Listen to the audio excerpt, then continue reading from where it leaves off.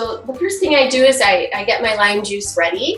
I take a regular lime that's at room temperature. I've read and heard that room temperature citrus, and when you roll it, they produce more juice. So mine are always at room temperature.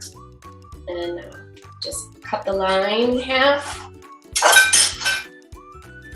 Get my juicer out. I like hand juicers as opposed to electric juicers.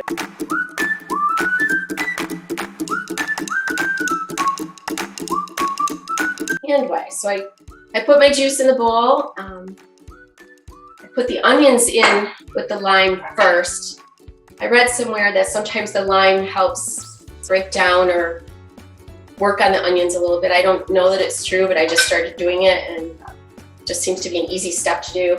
I use red onion for my guacamole. It has a stronger taste, and because it's stronger, when I cut it up, my eyes usually tear like crazy, so I decided I didn't want to do that on camera today. So I did chop my red onion up ahead of time. And I use I think I use about 3 tablespoons because I like the red onion. I put 2 to 3 in my recipe. Some people might not want so much onion. So I usually just take minced onion, my red onion, about 3 tablespoons.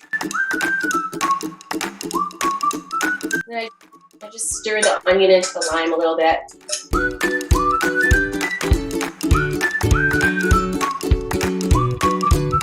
Then I use 2 avocados, and I'm hoping that they're not overripe and that they're just right. Sometimes avocados can be a little tricky.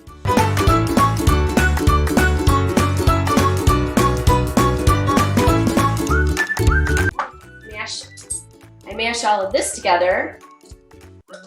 I'd rather do it this way and add then the tomatoes, because I don't want to really mash up my diced tomatoes.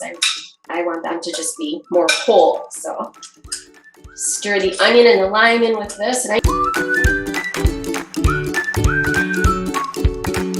the next ingredient I add in is I take 1 Roma tomato and I dice it. And I did that this morning, so I have my 1 diced Roma tomato already here in a little dish. The next thing we do is the cilantro, rhyme or reason, but I picked up all the leaves, so I'm ready to use them this morning. I apologize, I'm getting over a cold and I seem to have a little bit of a raspy voice today.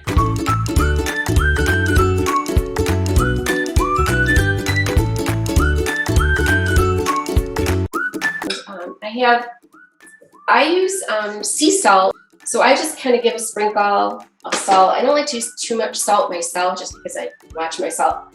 And I put a little pepper in, and for me, I use cayenne pepper. And this is again to taste. And I found that for my bowl with the diameter that it is, if I just lightly go across the diameter of the bowl with a shake, it's enough cayenne for me. It's about maybe, I'd say, 1/8 of a teaspoon. Some people really like it hot, and I think Deb said that she uses jalapeno pepper. I've never tried that. That might be a great alternative if you want yours spicy. And when I make it for my daughter, I don't include the cayenne because she just really doesn't like spice. Or I make it half and half, and I'll take half out and put cayenne in it, and I won't put cayenne in her half.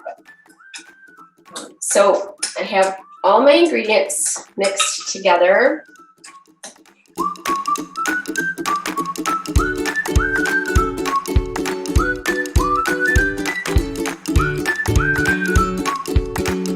So I fill my guacamole in here, and then I take the lid, and you put the lid on. Oh wait, we forgot the 1 ingredient. I put arils from a pomegranate, the pomegranate seeds on the top of mine. I just think they taste really wonderful in there. And this seemed to us, to Kathy and I, to be that different ingredient that they were using out in Arizona.